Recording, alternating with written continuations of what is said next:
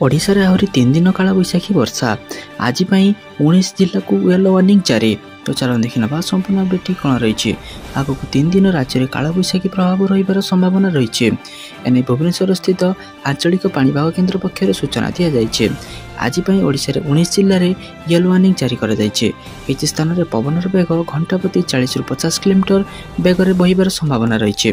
राज्य में yellow warning जारी होता जिलागुड़िक मध्य गंजाम, पुरी, खर्दा, नयागढ़, कंधमाल, बौद्ध, जगतसिंहपुर, कटक, ढेंकानाल, अनुगुल, संबलपुर, देवगढ़, सुंदरगढ़, केन्दुझर, जाजपुर, केन्द्रापड़ा, भद्रक, बालेश्वर और मयूरभंज सामिल रही। पाणीपाग केन्द्र सूचना अनुसार बिहार उत्तर ओडिशा दे एक निम्नचाप रेखा गति करुच्ची जहाँ प्रभाव में सारा राज्य में काला बैशाखी वर्षा देखा जाउछि। तो चलो देखिए परवर्ती अपडेट कौन रही। जून 9 तारिख मागणा बिजुली पाइब सारा ओडिशा बड़ घोषणा कले 5T सचिव। तो चलो देखना संपूर्ण अपडेट कौन रही। जून 9 तारिख राज्यवासी को मागणा बिजुली जगाई देवाई घोषणा कर 5T अध्यक्ष VK पांड्या। जून 9 तारिख दिन में मुख्यमंत्री भाव में शपथ नेबा परे संध्यारे कैबिनेट बैठक अनुष्ठित होब एवं एथिरे ओडिशा को मागणा बिजुली जगाइबा इस्तिहार रे मोहर बाजिबो बोली VK पांड्यान प्रतिश्रुति दैछंती। राज्य सरकार भाव में दायित्व नेबार प्रथम दिन में ही ओडिशा को मागणा बिजुली जगाई देबाकू घोषणा करिछि बीजेडी।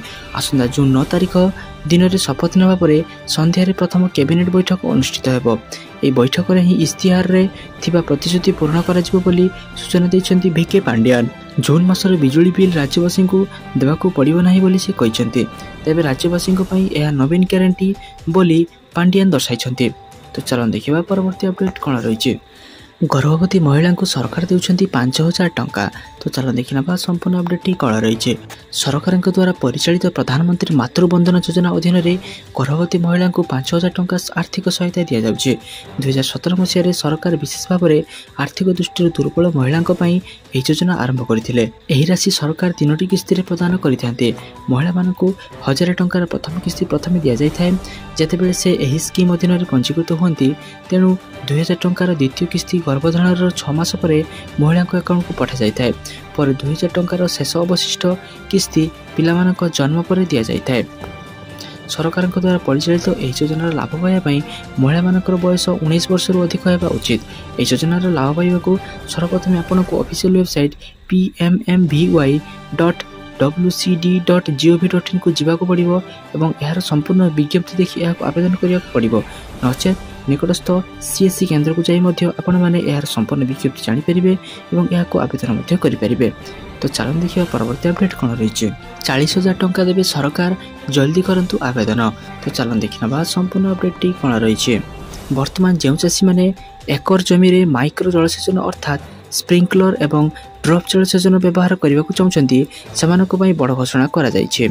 उद्यान कृषि विभाग पक्षर चाषी को सर्वाधिक 25,000 टंका पर्यंत सब्सिडी जगाई दि जाउथबा बेले मोटर पंप सर्वाधिक 15,000 टंका राशि जगाई दि जाउछि। अर्थात जलसेचन 40,000 टंका पर्यंत सब्सिडी प्रदान करा जाउछि। एही योजना रे आवेदन प्रक्रिया आरंभ हो जाइछि। गत मार्च 1 तारिख आवेदन आरंभ हो जाइए। आपड़ यार किभली लाभ पाइबे ताहा नहीं विस्तृत भाव में जानापी आपण मैंने निकटस्थ CSC केन्द्र को जाई यार संपूर्ण तथ्य जानीपारे। नचेत कृषि विभाग ऑफिस को जाई मध्य यार संपूर्ण तथ्य जानीपारे। योजना अनुसार कृषक मैंने आवश्यक जल सुविधा पाइपारे। फसलर गुणवत्ता और उत्पादन द्वारा 50% पर्यंत वृद्धि होता है। यही कौशल सहित जमी को जलसेचन करने जल संचय होता है। तो चलो देखिए परवर्ती अपडेट कौन रही। राशन कार्ड धारी खुशी खबर। एबे राशन कार्ड धारी मानक आसिला बहुत बड़ खुशी खबर। जदि आपण पाखरे एक राशन कार्ड अच्छी तेज आपण मैंने मागणार एक गैस चूल्हा और गैस सिलिंडर पाइपर। मागणा गैस स्टोव और गैस सिलिंडर पाइबापी प्रथम आपन को BPL राशन कार्डर आवश्यकता रही। योजना प्रधानमंत्री द्वारा कार्यकारी होइछि। 2016 प्रधानमंत्री द्वारा कार्यकारी यही योजनाटी प्रधानमंत्री द्वारा कार्यकारी करा जाइछि। एही योजना अनुसार आपण 1600 टंका दे प्रधानमंत्री उज्ज्वला योजना माध्यम गरीब महिला माने 3टी गैस सिलिंडर मागणार पाइपर एवं जो माने दरिद्र सीमा रेखा परिवार नुहति से माने एही योजना उपभोग करिपरिबे नाही। एही दिन में आपण माने 3टी गैस सिलिंडर पाइपर। प्रधानमंत्री उज्ज्वला योजना अधीन BPL राशन कार्डधारी महिला माने सुधमुक्त ऋण गैस सिलिंडर और चूल्हा मध्य पाइपर। एथिपाई आवेदन करी राशन कार्ड, पासपोर्ट फोटो, परिवार सदस्यों आधार कार्ड जेरक्स, बैंक पासबुक विवरणी आवश्यकता पड़िबो। ଏବଂ ଯାଇ ନିକଟସ୍ଥ ଗ୍ୟାସ୍ ଏଜେନ୍ସିଙ୍କ ପାଖରେ ଆପଣମାନଙ୍କୁ ଜମା ଦେବାକୁ ପଡ଼ିବ, ଯାହାଫଳରେ ଆପଣମାନେ ଏହାର ସମ୍ପୂର୍ଣ୍ଣ ଲାଭ ପାଇପାରିବେ। ନଚେତ୍ ନିକଟସ୍ଥ CSC କେନ୍ଦ୍ରରେ ଯାଇ ମଧ୍ୟ ଏହାର ସମ୍ପୂର୍ଣ୍ଣ ଲାଭ ପାଇପାରିବେ। ତ ଚାଲନ୍ତୁ ଦେଖିବା ପରବର୍ତ୍ତୀ ଅପଡେଟ୍ କ'ଣ ରହିଛି। ପୁରୁଣା 20 ଟଙ୍କିଆ ନୋଟ୍ର ଦାମ 6 ଲକ୍ଷ ଟଙ୍କା। ତ ଚାଲନ୍ତୁ ଦେଖିନେବା ସମ୍ପୂର୍ଣ୍ଣ ଅପଡେଟ୍ଟି କ'ଣ ରହିଛି। ଯଦି ଆପଣଙ୍କ ପାଖରେ ପୁରୁଣା 20 ଟଙ୍କିଆ ନୋଟ୍ ଅଛି ତେବେ ଏହାକୁ ବିକ୍ରୟ କରି ଆପଣମାନେ 6 ଲକ୍ଷ ଟଙ୍କା ପାଇପାରିବେ। ତେବେ ଯଦି ପୁରୁଣା 20 ଟଙ୍କିଆ ନୋଟ୍ର ସିରିଆଲ ନମ୍ବର 786 ଅଛି ତେବେ ଆପଣ ହୋଇପାରିବେ ଲକ୍ଷପତି, କାରଣ 786କୁ ମୁସଲିମ ସମ୍ପ୍ରଦାୟଙ୍କ ଅତ୍ୟନ୍ତ ଶୁଭ ବୋଲି କୁହାଯାଇଥାଏ। ମୁସଲମାନ ସମ୍ପ୍ରଦାୟର ଲୋକେ ଘରେ ସୁଖ ସମୃଦ୍ଧି ପାଇଁ ଏହି ନୋଟ୍କୁ କିଣିଥାନ୍ତି। ତେଣୁ ନୋଟ୍ ବିକ୍ରୟ କରିବା ସୁଯୋଗ ହାତଛଡ଼ା କରନ୍ତୁ ନାହିଁ। ଯଦି ଆପଣଙ୍କ ପାଖରେ ପୁରୁଣା 20 ଟଙ୍କିଆ ନୋଟ୍ ଅଛି ତେବେ ଏହାକୁ 6 ଲକ୍ଷ ଟଙ୍କାରେ ବିକ୍ରି କରିପାରିବେ। ଆଉ 3ଟି ଥିଲେ 18 ଲକ୍ଷ ଟଙ୍କା ପର୍ଯ୍ୟନ୍ତ ପାଇପାରିବେ।